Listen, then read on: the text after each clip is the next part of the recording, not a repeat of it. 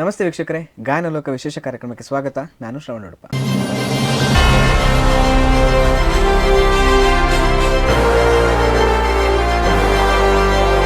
ಇವತ್ತು ನಮ್ಮ ಜೊತೆಗೆ ಸಣ್ಣ ವಯಸ್ಸಿಂದ ಸ್ವಂತ ಇಂಟ್ರೆಸ್ಟಲ್ಲೇ ಸಂಗೀತವನ್ನು ಕಲಿತಾ ಇವತ್ತು ಆರ್ಕೆಸ್ಟ್ರಾ ಹಾಗೂ ವಿವಿಧ ಪ್ರೋಗ್ರಾಮ್ಗಳಲ್ಲಿ ಹಾಡ್ತಾ ರಿಯಾಲಿಟಿ ಶೋಗಳಲ್ಲಿ ಭಾಗವಹಿಸ್ತಾ ಇರುವಂಥ ಮಮತಾ ಕರಡ್ಕ ಅವರು ನಮ್ಮ ಜೊತೆಗಿದ್ದಾರೆ. ಬನ್ನಿ ಅವರನ್ನ ಕಾರ್ಯಕ್ರಮಕ್ಕೆ ಸ್ವಾಗತಿಸೋಣ.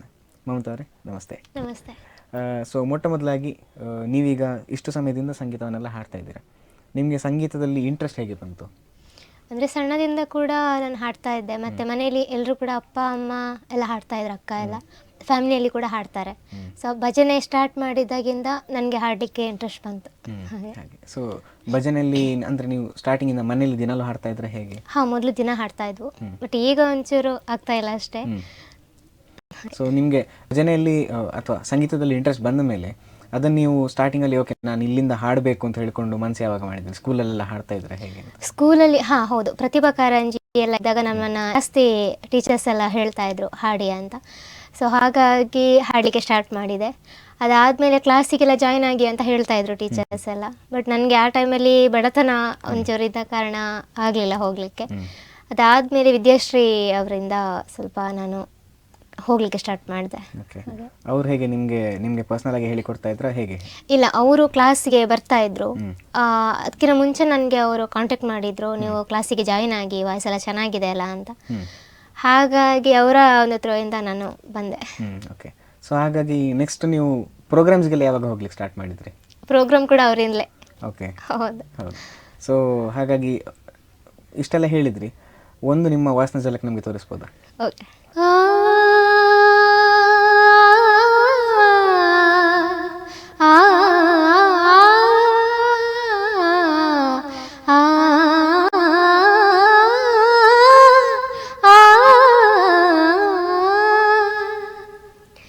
ಬಿರುಗಾಳಿ ಬೀಸಿ ಎದುರಾದರೇನು, ಭೂಕಂಪವಾಗಿ ನೆಲ ಬಿರಿದರೇನು, ಕಡಲೆಲ್ಲ ಹೊಮ್ಮಿ ಬಳಿ ಬಂದರೇನು, ಮಳೆಯಂತೆ ಬೆಂಕಿ ಧರೆಗಿಳಿದರೇನು, ಜೊತೆ ಇರಲು ನೀನು ಭಯಪಡೆನು ನಾನು, ರವಿಯಲ್ಲು ನೀನೇ ಶಶಿಯಲ್ಲು ನೀನೇ, ರವಿಯಲ್ಲು ನೀನೇ ಶಶಿಯಲ್ಲು ನೀನೇ, ಎಲ್ಲೆಲ್ಲು ನೀನೇ ನನ್ನಲ್ಲು ನೀನೇ, ಬಾನಲ್ಲು ನೀನೇ ಭುವಿಯಲ್ಲು ನೀನೇ. ಅದ್ಭುತವಾದ ಸ್ವರ. Thank you. ಸೊ ನೀವೀಗ ಹಾಡ್ಲಿಕ್ಕೆ ಹೇಳಬೇಕಾದ್ರೆ ಮೊದಲು ಮನೆಯಲ್ಲಿ ಭಜನೆ ಸ್ಟಾರ್ಟ್ ಆಗ್ತದೆ, ಭಜನೆ ಎಲ್ಲ ಹಾಡ್ತಿದ್ರಿ ಅಂತ ಹೇಳಿಕೊಂಡು. ಸೊ ನಿಮಗೆ ಹಾಗಾದರೆ ಅಪ್ಪ ಅಮ್ಮನೇ ಮೊದಲ ಗುರುಗಳು? ಹೌದು. ಹೌದು. ಸೊ ನಂತರ ನೀವೀಗ ಪ್ರೋಗ್ರಾಮ್ಸ್ಗೆಲ್ಲ ಹೋಗ್ಲಿಕ್ಕೆ ಸ್ಟಾರ್ಟ್ ಮಾಡಿದ್ರಿ, ಬಟ್ ನಿಮ್ಗೆ ಈಗ ವಿದ್ಯಾಶ್ರೀ ಅವರು ಸಿಕ್ಕಿದ್ರು ಅಂತ ಹೇಳಿದ್ರಿ. ಅವ್ರು ಸಿಗೋದಕ್ಕಿಂತ ಮುಂಚೆ ಹಾಗೂ ಸಿಕ್ಕ ಮೇಲೆ ನಿಮ್ಮ ಸಿಂಗಿಂಗಲ್ಲಿ ನಿಮಗೆ ಡಿಫ್ರೆನ್ಸ್ ಕಾಣ್ತಾ ಇದೆಯಾ? ಹೌದು, ಮೊದಲಿಗಿಂತ ತುಂಬ ಅಂದರೆ ತುಂಬ ವ್ಯತ್ಯಾಸ ಇದೆ.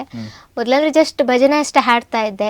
ಈಗ ಫಿಲ್ಮಿ ಸಾಂಗ್ಸ್ ಎಲ್ಲ ನಾನು ಅವಾಗ ರೇಡಿಯೋ ಎಲ್ಲ ಇತ್ತು, ಸೊ ಸಾಂಗ್ಸ್ ಎಲ್ಲ ಬರುವಾಗ ಅಪ್ಪ ಹೇಳ್ತಾ ಇದ್ರು ಈ ಸಾಂಗ್ ಕಲಿ ಈ ಸಾಂಗ್ ಕಲಿ ಅಂತ. ಅವಾಗ ಅಂದರೆ ರೆಕಾರ್ಡ್ ಮಾಡ್ಲಿಕ್ಕೆಲ್ಲ ಮೊಬೈಲ್ ಇರ್ತಾ ಇರಲಿಲ್ಲ, ಬರ್ಕೊಂಡು ಪ್ರತಿದಿನ ಸಾಂಗ್ಸ್ ಬರುವಾಗ ಅದನ್ನು ಒಂದೊಂದು ಲೈನೇ ಬರ್ಕೊಳ್ಳಿಕ್ಕೆ ತುಂಬ ಕಷ್ಟ ಆಗ್ತಾ ಇತ್ತು.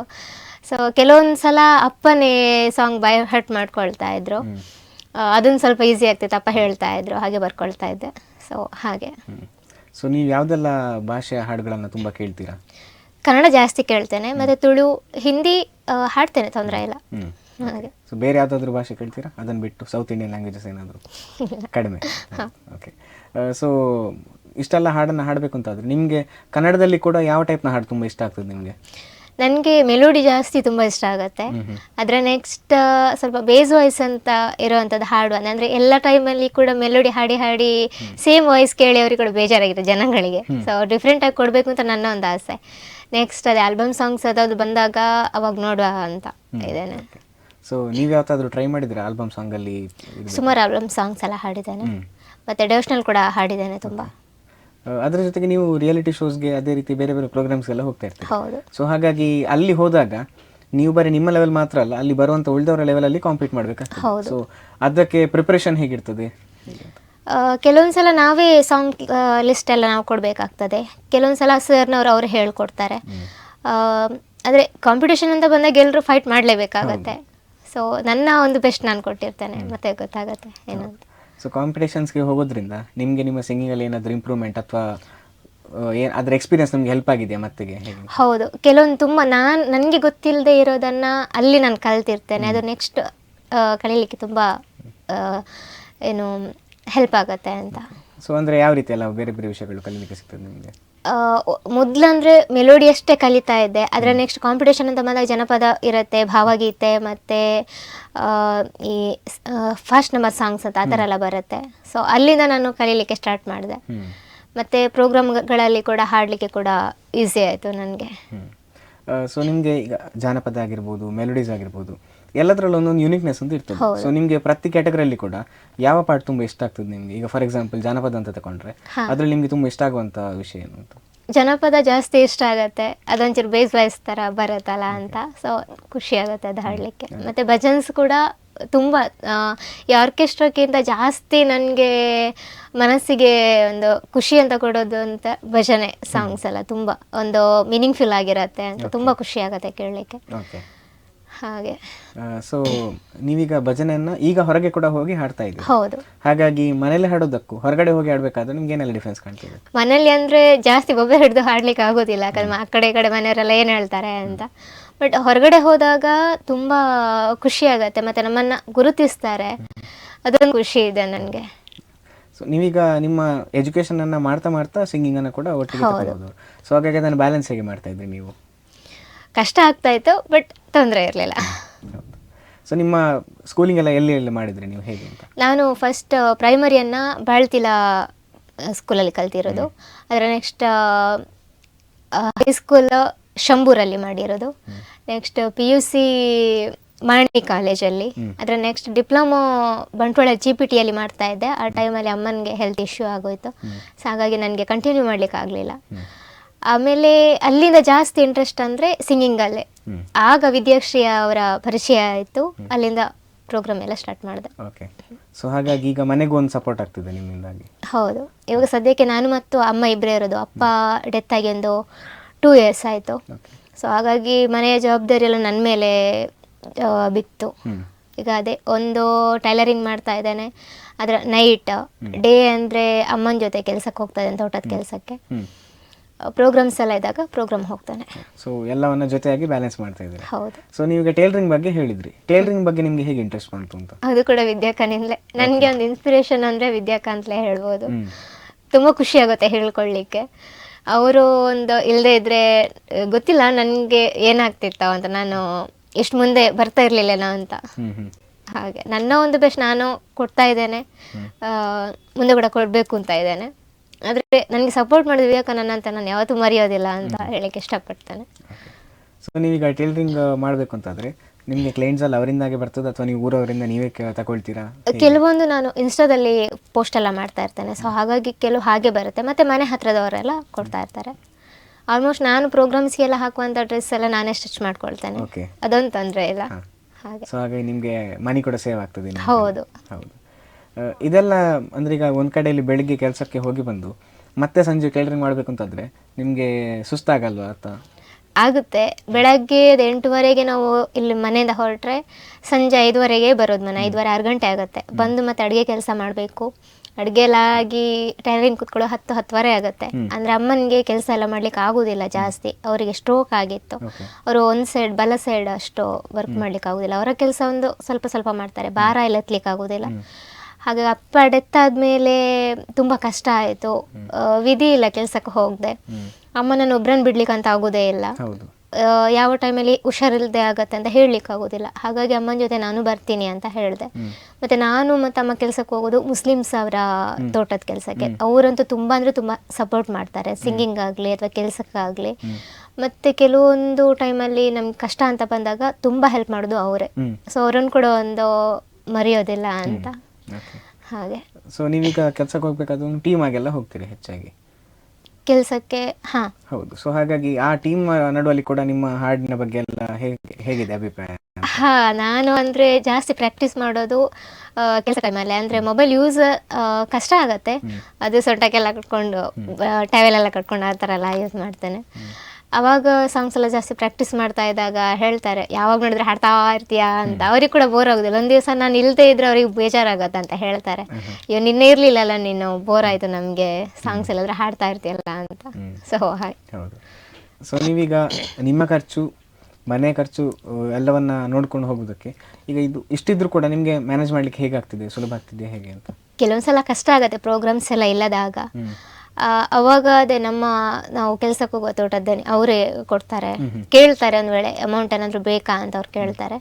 ನಾನು ಮತ್ತೆ ಪ್ರೋಗ್ರಾಮ್ಗೆಲ್ಲ ಹೋಗಿ ಬಂದಮೇಲೆ ಅಮೌಂಟ್ ಜಾಸ್ತಿ ಇದ್ರೆ ನಾನು ಅವರಿಗೆ ಪೇ ಮಾಡ್ತೇನೆ, ಇದ್ದಾಗ. ಇಲ್ಲದೆ ಇದ್ರೆ ನೆಕ್ಸ್ಟ್ ಟೈಮ್ ಕೊಡ್ತೇನೆ ಅಣ್ಣ ಅಂತ ಹೇಳ್ತೇನೆ. ಸೊ ತೊಂದರೆ ಇಲ್ಲ. ಹಾಗೆ ಒಮ್ಮೆಗೆ ಬ್ಯಾಲೆನ್ಸ್. ಹೌದು. ನೀವೀಗ ನಿಜವಾಗಿ ಹೇಳ್ಬೇಕಂದ್ರೆ ಕಂಟಿನ್ಯೂಸ್ ಪ್ರೋಗ್ರಾಮ್ಸ್ಗೆಲ್ಲ ಹೋಗ್ಬೇಕು ಅಂತಂದ್ರೆ ನಿಮ್ಗೆ ಹೆಚ್ಚಾಗಿ ಆಡಿಯನ್ಸ್ ಯಾವ ಟೈಪ್ನ ಸಾಂಗಿಗೆ ಡಿಮಾಂಡ್ ಜಾಸ್ತಿ ಬರ್ತದೆ? ಜಾಸ್ತಿ ಮೆಲೋಡಿ. ಹೌದು. ಈಗ ನ್ಯೂ ಸಾಂಗ್ಸ್, ಓಲ್ಡ್ ಸಾಂಗ್ಸ್ ಬರ್ತದ? ಓಲ್ಡ್ ಸಾಂಗ್ಸ್ ಕೂಡ. ಓಕೆ, ಓಲ್ಡ್ ಸಾಂಗ್ಸ್ ಈಗ ಸ್ವಲ್ಪ ಜಾಸ್ತಿ ಇರ್ತದೆ. ಹೌದು ಹೌದು. ಸೊ ನೀವು ಯಾವ ಟೀಮಲ್ಲಿ ಈಗ ಹೋಗ್ತಾ ಇದ್ದೀರಾ ಇದಕ್ಕೆ? ಒಂದೇ ಟೀಮ್ ಅಂತಿಲ್ಲ, ಎಲ್ಲ ಟೀಮ್ಗೂ ಹೋಗ್ತೇನೆ. ಯಾವ ಟೀಮ್ಗೆ ಇನ್ವೈಟ್ ಮಾಡ್ತಾರೋ ಸೊ ಅದಕ್ಕೆ ಹೋಗ್ತೇನೆ. ಹೆಚ್ಚಾಗಿ ನೀವು ಯಾವುದಾದ್ರೂ ಇಂಥ ಟೀಮ್ಗೆ ಹೋಗ್ತೇನೆ ಅಂತಿದ್ರೆ? ಹೆಚ್ಚಾಗಿ ಇಲ್ಲ, ಯಾವುದೇ ಟೀಮ್ ಅಂತಿಲ್ಲ. ಭಜನೆ ಮಾತ್ರ ಒಂದು ಶಿವರಂಜನಿ ಟೀಮ್ ಅಂತ ಸುರತ್ಕಲ್ಲಿದ್ದು, ಅದಕ್ಕೆ ಹೋಗ್ತೇನೆ. ಮತ್ತು ಬೊಂಡಾಲದೊಂದು ಟೀಮ್ ಇದೆ, ಅದಕ್ಕೆ ಹೋಗ್ತೇನೆ. ಇನ್ನೊಂದು ನಾನು ಮತ್ತು ವಿದ್ಯಾಶ್ರೀ ಆಚಾರ್ಯ ಮತ್ತು ಚೈತ್ರಾ ಕಲ್ಲಡ್ಕ ಅವ್ರದ್ದು, ನಾವು 3 ಜನ ಒಂದು ಟೀಮ್ಗೆ ಆಗಿ ಹೋಗ್ತೇವೆ. ಸೊ ಅದಕ್ಕೆ ಭಜನೆ ಟೀಮ್ಗೆ ಅಂದರೆ ಇದು 3 ಟೀಮ್. ಹಾಗಾಗಿ ಇವ್ರ ಜೊತೆಗೆಲ್ಲ ನಿಮ್ಮ ಕಾಂಟ್ಯಾಕ್ಟ್ ಈಗ ಕೂಡ? ಹೌದು. ಅದ್ರ ಜೊತೆಗೆ ಈಗ ನೀವು ಹಿಂದೂಸ್ತಾನಿ ಮ್ಯೂಸಿಕ್ ಅನ್ನು ಕೂಡ ಕಲಿತಾ ಇದ್ದೀರಿ. ಹೌದು. ಸೊ ಅದು ನಿಮ್ಗೆ ಎಷ್ಟು ಹೆಲ್ಪ್ ಆಗ್ತಿದೆ, ಹೇಗಾಗ್ತಿದೆ ಅಂತ? ತುಂಬ ಹೆಲ್ಪ್ ಆಗುತ್ತೆ. ನಾನು ವಿದ್ವಾನ್ ಯಶವಂತ್ MG ಅಂತ ಉಡುಪಿಯವರು, ಅವರು ಇವಾಗ ಪ್ರೆಸೆಂಟ್ ಆಗಿರೋದು ಮೂಡಬಿದ್ರೆಯಲ್ಲಿ. ಸೊ ಹಾಗಾಗಿ ನನಗೆ ಪ್ರಾಕ್ಟೀಸಿಗೆ ಹೋಗಬೇಕು ಅಂತಾದರೂ ಕೂಡ ನಾನೊಂದು 50 ಕಿಲೋಮೀಟರ್ ಜರ್ನಿ ಮಾಡಲೇಬೇಕಾಗತ್ತೆ. ಕಷ್ಟ ಆದರೂ ತೊಂದರೆ ಇಲ್ಲ ಅಂತ, ಯಾಕಂದರೆ ನಾನು ಕಲಿಬೇಕು ಅಂತ ತುಂಬ ಹಠ ಇದೆ. ಹಾಗಾಗಿ ಪ್ರಾಕ್ಟೀಸ್ಗೆ ಹೋಗ್ತೇನೆ. ಸರ್ ಇದ್ದಾಗ ಫ್ರೀ ಇದ್ದಾಗ ಬನ್ನಿ ಅಂತ, ಬಟ್ ಅವ್ರು ಪೇ ಮಾಡಿದರೆ ತಗೊಳ್ಳೋದಿಲ್ಲ ಸರ್. ಯಾಕಂದರೆ ನಿಮಗೆ ಟ್ಯಾಲೆಂಟ್ ಇದೆ, ನೀವು ಅಷ್ಟು ದೂರದಿಂದ ಬರ್ತಾ ಇದ್ದೀರಾ, ನೀವು ತೊಂದರೆ ಇಲ್ಲ, ನೀವು ಕಲ್ತ್ರೆ ನನಗೂ ಒಳ್ಳೇದೇ ಅಲ್ವಾ ಅಂತ ಹೇಳ್ತಾರೆ. ಸೊ ಹಾಗಾಗಿ ಅದನ್ನು ಪೇ ಮಾಡೋದಿಲ್ಲ, ತಗೊಳ್ಳೋದಿಲ್ಲ ಸರ್. ಹಾಗೆ. ಸೊ ನಿಮಗೆ ಇದನ್ನೆಲ್ಲ ಪ್ರಾಕ್ಟೀಸ್ಗೆ ಅಂತ ಈಗ 50 ಕಿಲೋಮೀಟರ್ ಹೋಗಿ ಬರಬೇಕು ಹೇಳಿದ್ರೆ ಅದರಲ್ಲಿ ತುಂಬ ಟೈಮ್ ಹೋಗ್ತದೆ. ಅದರಲ್ಲಿ ಅಲ್ಲಿ ಹೋಗಿ ಮತ್ತೆ ಪ್ರಾಕ್ಟೀಸ್ ಮಾಡಬೇಕು. ಸೊ ಹಾಗಾಗಿ ಇಂಥ ಟೈಮಲ್ಲೆಲ್ಲ ಪ್ರೋಗ್ರಾಮ್ಸ್ ಇದ್ದರೆ ಅದನ್ನ ಹೇಗೆ ಮ್ಯಾನೇಜ್ ಮಾಡ್ತೀರಿ? ಅದು ಎನಿ ಟೈಮ್ ನಾನು ಸಾಂಗ್ಸ್ ಎಲ್ಲ ಪ್ರಾಕ್ಟೀಸ್ ಮಾಡ್ತಾ ಇರ್ತಾರಲ್ಲ, ಪ್ರಾಕ್ಟೀಸ್ ಅಂದರೆ ನಾನು ಕೂತ್ಕೊಳ್ಳೋದಿಲ್ಲ. ಏನಾದರೂ ಕೆಲಸ ಮಾಡ್ತಿರ್ಬೇಕಾದ್ರೆ ಸಾಂಗ್ ಕೇಳ್ತಾ ಇರ್ತೇನೆ ಅಷ್ಟೇ. ಹಾಗೆ. ನಿಮಗೆ ಈ ಕ್ಲಾಸ್ ಟೈಮಲ್ಲಿ ಪ್ರೋಗ್ರಾಮ್ಸ್ ಬಂದು ಕ್ಲಾಶ್ ಆಗಿದೆ, ಆ ಥರ ಏನಾದರೂ ಆಗಿದೆ? ಆ ಥರದ್ದು ಏನೂ ಇಲ್ಲ, ಸಪೋರ್ಟ್ ಮಾಡ್ತಾ ಇದ್ರು ನನ್ನ ಕಾಲೇಜಲ್ಲೆಲ್ಲ, ಹಾಗಾಗಿ ತೊಂದರೆ ಇಲ್ಲ. ಹಾಗಾಗಿ ಫಸ್ಟಿಂದ ಕೂಡ ನಿಮಗೆ ಸಪೋರ್ಟ್ ಅದೇ ರೀತಿ ಬರ್ತಾ ಇದೆ. ಹೌದು. ಓಕೆ. ಸೊ ಈಗ ಇನ್ನೊಂದು ಯಾವುದಾದ್ರೂ ಹಾಡು ನಮ್ಮ ಮುಂದೆ ಹಾಡ್ಬೋದಾ? ಶೋರ್. ಕಾಲಲಿ ಪಾದುಕ ಕೈಯಲಿ ದಂಡ, ಕಾಲಲಿ ಪಾದುಕ ಕೈಯಲಿ ದಂಡ, ಬಾಲರವಿಯ ಕಳೆಯ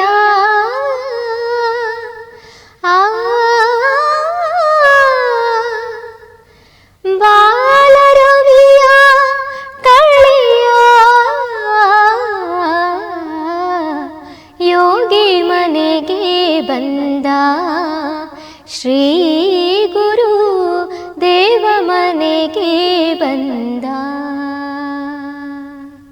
ಯೋಗಿ ಮನೆಗೆ ಬಂದ, ಶ್ರೀ ಗುರು ದೇವ ಮನೆಗೆ ಬಂದ. ಕಾಲಲಿ ಪಾದುಕ ಕೈಯಲಿ ದಂಡ, ಕಾಲಲಿ ಪಾದುಕ ಕೈಯಲಿ ದಂಡ, ಬಾಲರವಿಯ ಕಳೆಯ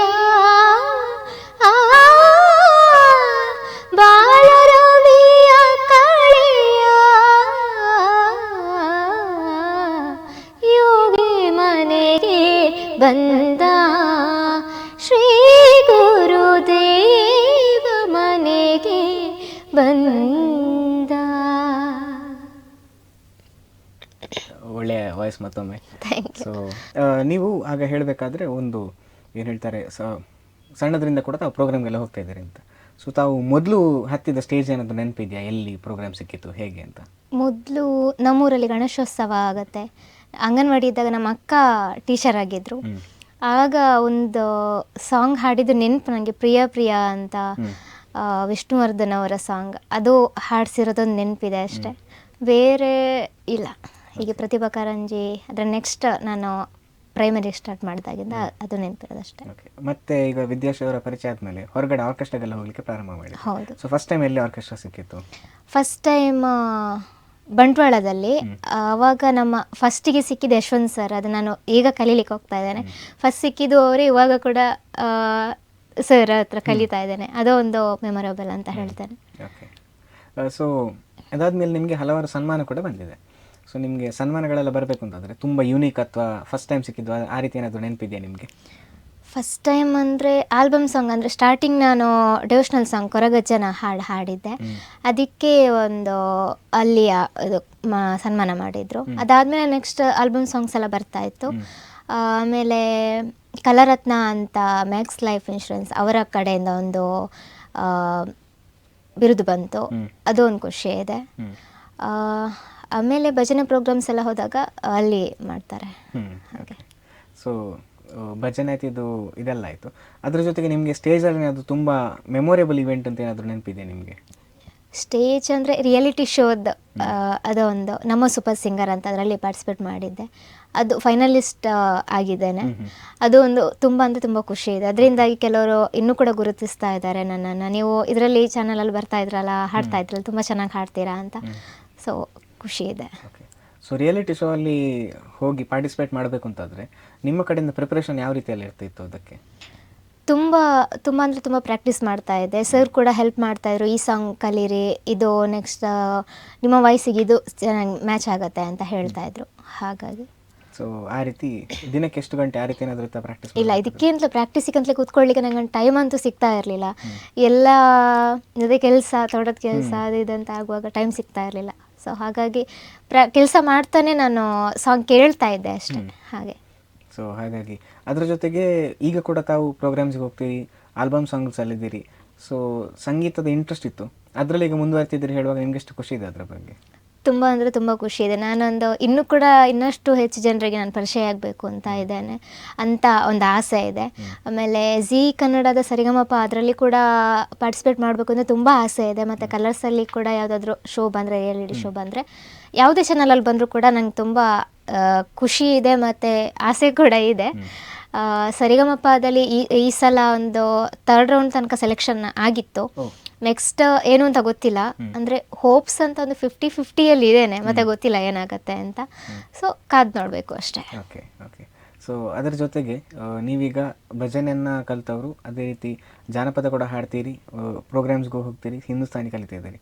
ಸೊ ಹಾಗಾಗಿ ಹಿಂದೂಸ್ತಾನಿ ಸಂಗೀತದ ಯಾವುದಾದ್ರೂ ಒಂದು ಸಣ್ಣ ಹಾಡು ನಮ್ಮ ಮುಂದೆ? Classical song. ಓಕೆ. ನಟನ ವಿಶಾರದ ನಟ ಶೇಖರ, ನಟನ ವಿಶಾರದ ನಟ ಶೇಖರ, ಸಂಗೀತ ಸಾಹಿತ್ಯ ಗಂಗಾಧರ, ನಟನ ವಿಶಾರದ ನಟ ಶೇಖರ. ನವವಿಧ ವಿನ್ಯಾಸ ನವರಸ ನವಲಾಸ್ಯ ನವಕಾವ್ಯ ಕಾರಣ ನವಚೇತನ, ಮಗ ಮದ ನಿದ ಮದ ನಿಸ ನಿದ ನಿದ ಮದ ನಿಗ ಸದ ನಿಸ ದ ನಿಗ ಮದ ನಿಸ ಸಮದ ಸಾಸ ನಿಸ ನಿದ ನಿದ ಮದ ನಿಸ ಸಾ ನಿದ ನಿದ ದ ಮದ ಮಗ ಸ. ನವವಿಧ ವಿನ್ಯಾಸ ನವರಸ ನವಲಾಸ್ಯ ನವಕಾವ್ಯ ಕಾರಣ ನವಚೇತನ, ನವಕೋಟಿ ಲೀಲಾ ವಿನೋದ ವಿಲಾಸ, ನವಕೋಟಿ ಲೀಲಾ ವಿನೋದ ವಿಲಾಸ, ನವಭಾವನಾನಂದ ಗೌರೀವರ, ನಟನ ವಿಶಾರದ ನಟ ಶೇಖರ, ಸಂಗೀತ ಸಾಹಿತ್ಯ ಗಂಗಾಧರ ನಟನ ವಿಶಾರದ ನಟಶೇಖರ. ಒಳ್ಳೆ ಹಾಡು. Thank you. ಅದರ ಜೊತೆಗೆ ನೀವು ಯೂಟ್ಯೂಬಲ್ಲಿ ಕೂಡ ಒಂದೊಂದ್ಸಲ ಕವರ್ಸನ್ನೆಲ್ಲ ಮಾಡಿ ಹಾಕ್ತೀವಿ. ಹೌದು. ಸೊ ಆ ಇಂಟ್ರೆಸ್ಟ್ ಹೇಗೆ ಬಂತು, ಹೇಗೆ ಅಂತ? ಅದು ನನಗೆ ಅಂದರೆ ಕವರ್ ಸಾಂಗ್ಸ್ ಎಲ್ಲ ಮಾಡಬೇಕು ಅಂತ ತುಂಬ ಆಸೆ. ಇವಾಗ ಯಾರಾದರೂ ಕೊಲಾಬ್ ಮಾಡಬೇಕು ಅಂತ. ಇನ್ನು ಕೆಲವರು ಅವರಾಗೆ ಹೇಳ್ತಾರೆ ಕೊಲಾಬ್ ಮಾಡ್ಬೋದಾ ಅಂತ. ಸೊ ಹಾಗಾಗಿ ಮತ್ತೆ ಜಾಸ್ತಿಯಾಗಿ ಶಮೀರ್ ಮುಡಿಪು ಅವರ ಸ್ಟುಡಿಯೋದಲ್ಲಿ ಹಾಡ್ತಾ ಇರ್ತೇನೆ ನಾನು. ಅದು ಒಂದು ತುಂಬ ಖುಷಿಯಾಗುತ್ತೆ ಹಾಡಲಿಕ್ಕೆ. ಕೆಲವೊಂದು ಸಲ ಪೇ ಮಾಡಲಿಕ್ಕೆ ಇರುತ್ತೆ ನನಗೆ, ಅದಕ್ಕೂ ಒಂದೊಂದು ಸಲ ಅಮೌಂಟ್ ಇರೋದಿಲ್ಲ. ಅದೇ ಶಮೀರಣ್ಣ ಅವರೇ ಹೇಳ್ತಾರೆ ಇದ್ದಾಗ ಕೊಡಿ, ತೊಂದರೆ ಇಲ್ಲ ಅಂತ. ಸೊ ಅವ್ರು ಕೂಡ ಸಪೋರ್ಟ್ ಮಾಡ್ತಾರೆ, ಖುಷಿಯಾಗುತ್ತೆ. ಓಕೆ, ಸರಿ. ನೀವೀಗ ಸಣ್ಣದ್ರಿಂದ ಕೂಡ ಹಾಡಿಕೊಂಡು ಬಂದವರು, ಸಣ್ಣದ್ರಲ್ಲಿ ಕಲಿಬೇಕು ಅಂತಿದ್ರು ನಿಮಗೆ ಇಂಟ್ರೆಸ್ಟ್ ಇರಲಿಲ್ಲ. ಸೊ ಆ ಟೈಮಲ್ಲಿ ನೀವು ಹಾಡಬೇಕು ಅಂತಾದರೆ ಆಗ ಕೂಡ ಈಗ ನೀವು ಹಿಂದೂಸ್ತಾನಿ ಎಲ್ಲ ಕಲಿಯೋದ್ರಿಂದ ಶ್ರುತಿ ಇರ್ಬೋದು, ತಾಳ ಇರ್ಬೋದು, ಇದನ್ನೆಲ್ಲ ತುಂಬ ಇಂಪಾರ್ಟೆನ್ಸ್ ಕೊಡ್ತೀರಾ. ಸೊ ಆ ಟೈಮಲ್ಲಿ ಹಾಡಬೇಕು ಅಂತಾದರೆ ಅದು ನ್ಯಾಚುರಲ್ ಆಗಿ ಬಂದಿತ್ತಾ, ಅಥವಾ ಆ ಟೈಮಲ್ಲಿ ಏನು ಹೇಳ್ತಾರೆ ನಿಮಗೆ ಗೊತ್ತಿದ್ದಷ್ಟು ಮಾತ್ರ ಹಾಡ್ತಿದ್ರಾ? ಮೊದಲು ಅದ್ರ ಬಗ್ಗೆ ನನಗೆ ಅಷ್ಟೊಂದು ನಾಲೆಜ್ ಇರಲಿಲ್ಲ, ಶ್ರುತಿ ತಾಳ ಅದೇನಾದರೂ. ಆಮೇಲೆ ಕ್ಲಾಸಿಗೆ ಯಾವಾಗ ಜಾಯ್ನ್ ಆದೆ ಅವಾಗಲಿಂದ ಮತ್ತೆ ಗೊತ್ತಾಗ್ತಾ ಹೋಯ್ತು ನನಗೆ. ಸೊ ಹಾಗೆ. ಓಕೆ. ಸೊ ಹಾಗಾಗಿ ಈಗ ಅದಕ್ಕೆ ತುಂಬ ಇಂಪಾರ್ಟೆನ್ಸ್ ಕೊಡ್ತೀವಿ. ಹೌದು. ಓಕೆ. ಇವಾಗ ಒಂಚೂರು ವಾಯ್ಸ್ ಒಂಚೂರು ಸರಿ ಇಲ್ಲದೆ ಇರೋದ್ರಿಂದ ಹಾಡ್ಲಿಕ್ಕೆ ಒಂಚೂರು ಕಷ್ಟ ಆಗ್ತಾ ಇದೆ. ಓಕೆ. ಹಾಗೆ. ಸೊ ಹಾಗಾಗಿ ನಿಮಗೆ ಹಿಂದೂಸ್ತಾನಿ ಅಥವಾ ಈ ರೀತಿ ಕ್ಲಾಸಿಕಲ್ ಎಲ್ಲ ಕಲಿಬೇಕು ಅಂತಾದರೆ ಅಂಥ ಪಾಠ್ಯದಲ್ಲ ಬಗ್ಗೆ ಇಂಪಾರ್ಟೆನ್ಸ್ ನಿಮಗೆ ಜಾಸ್ತಿ ಗೊತ್ತು. ಹೌದು. ಓಕೆ. ಸೊ ನೀವು ಅದನ್ನೆಲ್ಲ ಈಗ ಶ್ರುತಿ ಮೇಂಟೈನ್ ಮಾಡೋದಾಗಲಿ ಅಥವಾ ಸರಿಯಾಗಿ ರಿದಮ್ ಮೇಂಟೈನ್ ಮಾಡೋದಾಗಲಿ ಇದೆಲ್ಲ ನಿಮಗೆ ಆರ್ಕೆಸ್ಟ್ರಾದಲ್ಲಿ ಎಷ್ಟು ಹೆಲ್ಪ್ ಆಗ್ತಾ ಇದೆ ಅಂತ? ಆರ್ಕೆಸ್ಟ್ರಾ ನಾನಂದರೆ ಜಾಸ್ತಿ ಟ್ರ್ಯಾಕ್ ಸಿಂಗಿಂಗ್ ಮಾಡೋದ್ರಿಂದ ಲೈವ್ ಸಿಗೋದು ಸ್ವಲ್ಪ ಕಷ್ಟ. ರೀಸೆಂಟ್ಲಿ ಒಂದು ಪ್ರೋಗ್ರಾಮ್ ಇತ್ತು, ಅದು ಯಶವಂತ್ ಸರಿಂದ ಸಿಕ್ತು ನನಗೆ. ಲೈವ್ ಇದ್ದಿದ್ದರಿಂದ ಪಿಚ್ ಅದೆಲ್ಲ ಕರೆಕ್ಟಾಗಿ ಗೊತ್ತಿರಲಿಲ್ಲ. ಸೊ ಸರ್ ಹೇಳ್ಕೊಡ್ತಾಯಿದ್ರು ಯಾವ್ಯಾವ ಪಿಚ್ಚಲ್ಲಿ. ನಾನಂದರೆ ಜಾಸ್ತಿ ಕರೋಕಿ ಸಿಂಗಿಂಗ್ ಹಾಡ್ತಿದ್ರಿಂದ ಅದರಲ್ಲಿ ಅಷ್ಟು ಗೊತ್ತಾಗೋದಿಲ್ಲ, ಹೇಗಿದೆಯೋ ಹಾಗೆ ಹಾಡ್ಕೊಂಡು ಹೋಗೋದು. ಬಟ್ ಇದರಲ್ಲಿ ಒಬ್ಬೊಬ್ಬರಿಗೆ ಕೂಡ ನಾವು ಹೇಳಬೇಕಾಗತ್ತೆ ಯಾವ ಸ್ಕೇಲಲ್ಲಿ ಹಾಡಬೇಕು ಅಂತ. ಆಗ ಸರ್ ಹೇಳಿಕೊಡ್ತಾಯಿದ್ರು. ಹಾಗಾಗಿ ಈಗ ನಿಮ್ಗೆ ಆ ಗ್ರಿಪ್ ಸಿಗ್ತಾ ಇದೆ. ಹೌದು. ಹೌದು.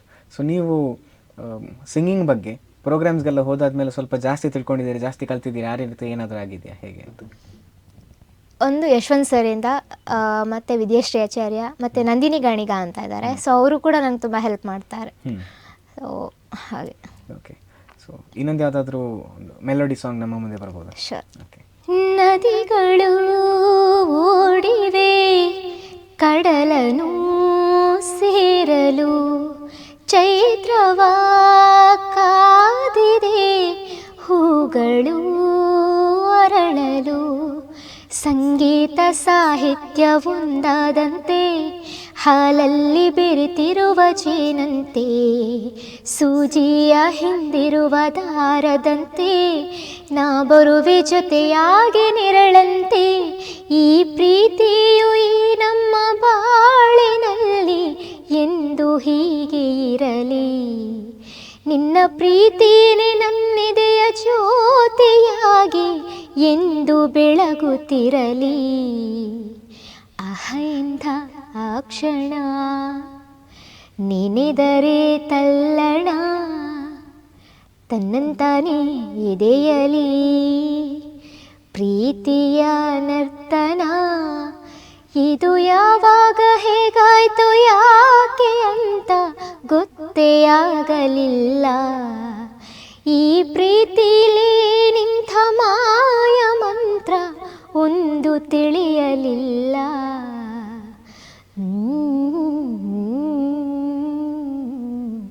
ಲಲಲಲ ಲಾಲಲ. Thank you. ಒಳ್ಳೆ ಹೇಳು.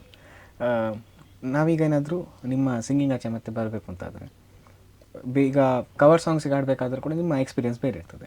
ಸೊ ಹಾಗಾಗಿ ಇಲ್ಲಿ ಸ್ಟುಡಿಯೋ ಸೆಟಪ್ಪಲ್ಲಿ ಹಾಡಬೇಕಾಗ್ತದೆ, ಹೊರಗಡೆ ಬಂದಾಗ ಕರಾವೋಕೆ ಅಂತ ಹಾಡಬೇಕಾಗ್ತದೆ, ಲೈವ್ ಇರ್ತದೆ. ಸೊ ಬೇರೆ ಬೇರೆ ಸಿಂಗಿಂಗ್ ಸ್ಟೇಜ್ ಇರಬೇಕಾದ್ರೆ ಅದಕ್ಕೆ ನೀವು ಹೇಗೆ ಅಡಾಪ್ಟ್ ಆಗ್ತೀರಿ ಅಂತ? ಕೆಲವೊಂದು ಸಲ ಗೊತ್ತಿರೋದಿಲ್ಲ ಹೇಗೆ ಏನೋ ಅಂತ ಹೇಳಿಕೊಡ್ತಾರೆ, ಇನ್ನು ಕೆಲವೊಂದು ಸಲ ನೋಡಿ ಕಲ್ತಿರ್ತೇವೆ ಹಾಗೆ. ಸೊ ಹಾಗಾಗಿ ಅದರಲ್ಲಿ ಮ್ಯಾನೇಜ್ ಮಾಡ್ಕೊಂಡು ಹೋಗ್ತೇವೆ. ಹೌದು. ಅದರ ಜೊತೆಗೆ ನೀವೀಗ ಹೆಚ್ಚಾಗಿ ಏನು ಹೇಳ್ತಾರೆ, ಒಂದು ಕಡೆ ಒಂದು ಪ್ರೋಗ್ರಾಮ್ಗೆ ಕರೀತಾರೆ ಅಂತಾದರೆ, ನೀವೀಗ ಇಷ್ಟೆಲ್ಲ ಕೆಲಸ ಇದೆ ಅಂತಾದರೆ ನೀವು ಅದನ್ನು ಸಾಂಗ್ ಲಿಸ್ಟ್ ಆಗಿರ್ಬೋದು ಅದನ್ನು ಹೇಗೆ ಮ್ಯಾನೇಜ್ ಮಾಡ್ತೀರಿ? ಕೆಲವೊಂದು ಸಲ ಆನ್ ದಿ ಸ್ಪಾಟ್ ನಾನು ಹಾಡ್ತೇನೆ, ಇನ್ನು ಕೆಲವು ಸಲ ಲಿಸ್ಟ್ ಮಾಡ್ಕೊಂಡಿರ್ತೇನೆ, ಇನ್ನು ಕೇಳ್ತಾರೆ ಯಾವ್ಯಾವ ಸಾಂಗ್ಸ್ ಎಲ್ಲ ಹಾಡ್ತೀರಾ ಅಂತ ಹಾಗೆ. ಓಕೆ, ಸೊ ನಿಮಗೆ ಫೇವ್ರೇಟ್ ಸಿಂಗರ್ಸ್ ಅಥವಾ ಫೇವ್ರೇಟ್ ಮ್ಯೂಸಿಕ್ ಡೈರೆಕ್ಟರ್ ಆ ರೀತಿ ಏನಾದರೂ ಇದ್ದಾರೆ? ಸಿಂಗರ್ ಅಂತ ಬಂದಾಗ ವಿಜಯ್ ಪ್ರಕಾಶ್ ತುಂಬ ಇಷ್ಟ. ಅಂದರೆ ಕ್ಲಾಸಿಕಲ್ ಸಾಂಗ್ಸ್ ನನಗೆ ಕಲಿಬೇಕು ಅಂತ ತುಂಬ ಆಸೆ, ಸೊ ಹಾಗಾಗಿ ಕೇಳ್ತಾ ಇರ್ತೇನೆ. ಮತ್ತು ಭಜನ್ಸ್ ಅಂತ ಬಂದಾಗ ಸಿದ್ಧಾರ್ಥ್ ಬೆಳ್ಮಣ್ ಅವರ ಸಾಂಗ್ಸ್ ಜಾಸ್ತಿ ನಾನು ಕೇಳ್ತಾ ಇರ್ತೇನೆ. ಮೆಲೋಡಿ ಸಾಂಗ್ಸ್ ಅಂತ ಬಂದಾಗ ಶ್ರೇಯಾ ಘೋಷಾಲ್ ಆಗಿರಲಿ, ಮತ್ತು ಹಳೆ ಸಾಂಗ್ಸ್ ಕೇಳಿದಾಗ ಚಿತ್ರ ಅಮ್ಮ ಮತ್ತು ಜಾನಕಿ ಅಮ್ಮ ಅವ್ರ ಸಾಂಗ್ಸ್ ಎಲ್ಲ ಕೇಳ್ತಾ ಇರ್ತೇನೆ, SPB ಸರ್ ಅವ್ರದ್ದೆಲ್ಲ. ಸೊ ಮ್ಯೂಸಿಕ್ ಡೈರೆಕ್ಟರ್ಸ್ ಅಂತ ಯಾರಾದರೂ ಇಷ್ಟ ಇದ್ದಾರೆ ನಿಮಗೆ? ಇಂಥವರೇ ಅಂತ ಇಂಥವರೇ ಅಂತ ಇಲ್ಲ, ಎಲ್ಲರೂ ಇಷ್ಟ ಆಗ್ತಾರೆ. ಹೌದು. ಸೊ ಅದ್ರ ಜೊತೆಗೆ ನೀವೀಗ ಭಜನನ್ನು ಹಾಡಬೇಕು ಅಂತಂದರೆ ನೀವು ಬರೀ ಒಬ್ಬರೇ ಹಾಡ್ಲಿಕ್ಕೆ ಆಗಲ್ಲ, ಎಲ್ಲರ ಜೊತೆಯಾಗಿ ಹಾಡಬೇಕಾಗ್ತದೆ. ಹೌದು. ಸೊ ನೀವು ಒಬ್ಬರೇ ಹಾಡೋದಕ್ಕೂ ಅದಕ್ಕೂ ಎಷ್ಟು ಡಿಫ್ರೆನ್ಸ್ ಬರ್ತದೆ ನಿಮಗೆ? ತುಂಬ ಡಿಫ್ರೆಂಟ್ ಇದೆ. ಒಬ್ಬರೇ ಸೋಲೋ ಅಂತ ಪ್ರೋಗ್ರಾಮ್ ಕೊಟ್ಟಾಗ ನಾವು ಕಂಟಿನ್ಯೂ ಹಾಡ್ತಾ ಹೋಗಬೇಕಾಗ್ತದೆ. ಮತ್ತು ಟೀಮ್ ಅಂತ ಬಂದಾಗ ನಾವು ಹೇಳಿಕೊಟ್ಟು ಅವರು ಕೋರಸ್ ಹಾಡ್ತಾರೆ. ಅದು ಸ್ವಲ್ಪ ನಮಗೆ ಏನು ಹೆಲ್ಪ್ ಕೂಡ ಆಗುತ್ತೆ, ಮತ್ತು ಟೈಮ್ ಕೂಡ ಸಿಗುತ್ತೆ ನಮಗೆ ರೆಸ್ಟ್ ಮಾಡಲಿಕ್ಕೆ ಅಂತ. ಇಲ್ಲದ್ರೆ ಕಂಟಿನ್ಯೂ ಆಗಿ ಹಾಡ್ತಾ ಹೋಗ್ತಾ ಇದ್ದಾಗೆ ನಮ್ಮ ವಾಯ್ಸ್ ಕೂಡ ಲಾಸ್ಟ್ ಆಗೋಗ ಕೈ ಕೊಡ್ತದೆ, ಅದು ಸ್ವಲ್ಪ ಕಷ್ಟ ಅಷ್ಟೇ. ಹಾಗೆ. ಸೊ ನಿಮಗೆ ಇನ್ನು ಮ್ಯೂಸಿಕ್ ಫೀಲ್ಡಲ್ಲಿ ಮುಂದೆ ಏನು ಮಾಡುವಂಥ ಯೋಜನೆ ಇದೆ? ಯಾವುದೆಲ್ಲ ಪ್ಲ್ಯಾನ್ಸ್ ಹಾಕ್ಕೊಂಡಿದ್ದೀರಿ? ಇಂಥದ್ದನ್ನು ನಾನೇ ಕಂಪ್ಲೀಟ್ ಮಾಡಬೇಕು ಅಂತ. ಪ್ಲ್ಯಾನ್ಸ್ ಅಂತ ತುಂಬ ಇದೆ. ಆಲ್ಬಮ್ ಸಾಂಗ್ಸ್ ಮಾಡಬೇಕು ಅಂತ. ಇನ್ನು ಸಪೋರ್ಟ್ ಮಾಡೋರು ತುಂಬ ಜನ ಇದ್ದಾರೆ, ಆದರೆ ಮುಂದೆ ಬರೋದು ಸ್ವಲ್ಪ ಕಷ್ಟ. ಹಾಗಾಗಿ ಓನಾಗಿ ಮಾಡಬೇಕು ಅಂತ ಕೂಡ ಇದ್ದೇನೆ. ನೋಡಬೇಕು, ಎಲ್ಲದಕ್ಕೂ ದೇವರ ಒಂದು ಆಶೀರ್ವಾದ ಇರಲಿ ಅಂತ. ಓಕೆ, ಸೊ ಯಾರಾದರೂ ನಿಮ್ಮ ಥರ ಪ್ರೋಗ್ರಾಮ್ಸಲ್ಲಿ ಆರ್ಕೆಸ್ಟ್ರಾದಲ್ಲಿ ಸಿಂಗ್ ಮಾಡಬೇಕು ಅಂತ ಇಂಟ್ರೆಸ್ಟ್ ಇರುವವರಿಗೆ, ಅಥವಾ ಇನ್ನೂ ನಾನು ಸಂಗೀತ ಕಲಿಬೇಕು ಅಂತ ಇಂಟ್ರೆಸ್ಟ್ ಇರೋರಿಗೆ, ನೀವು ನಿಮ್ಮ ಇಷ್ಟು ವರ್ಷದ ಎಕ್ಸ್ಪೀರಿಯನ್ಸಲ್ಲಿ ಏನಾದರೂ ಒಂದು ಕಿವಿ ಮಾತು ಅಂತ ಹೇಳಿದರೆ ಏನು ಹೇಳ್ತೀರಾ? ಎಲ್ರಿಗೂ ಇಂಥ ಅವಕಾಶಗಳು ಸಿಗಲಿ ಅಂತ ಕೇಳ್ಕೊಳ್ತೀವಿ. ಯಾಕಂದರೆ ಅವಕಾಶ ಸಿಕ್ಕಿದಾಗ ನಾವು ಮುಂದೆ ಬರಲಿಕ್ಕೆ ಸುಲಭ ಆಗ್ತದೆ ಅಂತ ಹೇಳಲಿಕ್ಕೆ ಇಷ್ಟಪಡ್ತೇನೆ. ಓಕೆ, ಸೊ ಇಷ್ಟೊತ್ತು ನಮ್ಮ ಜೊತೆಗೆ ಇದ್ಕೊಂಡು ನಿಮ್ಮ ತುಂಬ ವಿಷಯಗಳನ್ನು ಹಂಚ್ಕೊಂಡಿದ್ದೀರಾ. ಅದೇ ರೀತಿ ನಿಮ್ಮ ವಾಯ್ಸಲ್ಲಿ ಕೆಲವೊಂದು ಹಾಡುಗಳನ್ನು ಹಾಡಿ ಕೂಡ ನಮ್ಮನ್ನು ಎಂಟರ್ಟೈನ್ ಮಾಡಿದ್ದೀರಾ. ಸೊ ನಿಮ್ಮ ಟೈಮ್ಗೋಸ್ಕರ, ನೀವು ನಮಗೆ ಇಲ್ಲಿ ಇಟ್ಟಂಥ ವಿಷಯಕ್ಕೋಸ್ಕರ ಥ್ಯಾಂಕ್ ಯು ಹೇಳ್ತಾ ಇದ್ದೇನೆ. Thank you so much. Okay, so ಮತ್ತೊಮ್ಮೆ ನಿಮ್ಮ ಟೈಮ್ಗೆ ಥ್ಯಾಂಕ್ ಯು ಹೇಳ್ತಾ. ಸೊ ನೋಡಿದ್ರಲ್ಲ ವೀಕ್ಷಕರೇ, ಇಷ್ಟೊತ್ತು ನಮ್ಮ ಜೊತೆಗೆ ಮಮತಾ ಅವರು ಇದ್ದುಕೊಂಡು ಅವರ ಜರ್ನಿಯ ಬಗ್ಗೆ, ಅದೇ ರೀತಿ ಅವರ ಸಿಂಗಿಂಗ್ ಟ್ಯಾಲೆಂಟ್ಸ್ ಬಗ್ಗೆ, ಅದೇ ರೀತಿ ಅವರ ವಾಯ್ಸಲ್ಲಿ 4 ಹಾಡುಗಳನ್ನು ಕೂಡ ನಮ್ಮ ಮುಂದೆ ಹಾಡಿದ್ದಾರೆ. ಸೊ ಇದೇ ರೀತಿ ಇನ್ನೊಬ್ಬ ಗಾಯಕರ ಜೊತೆ ನಾನು ಮುಂದಿನ ಸಂಚಿಕೆಯಲ್ಲಿ ಬರ್ತೀನಿ. ಅಲ್ಲಿ ತನಕ ನೋಡ್ತಾರೆ ಅಭಿಮತ TV, ಇದು ಜನಮನದ ನಾಡಿಮಿಡಿತ.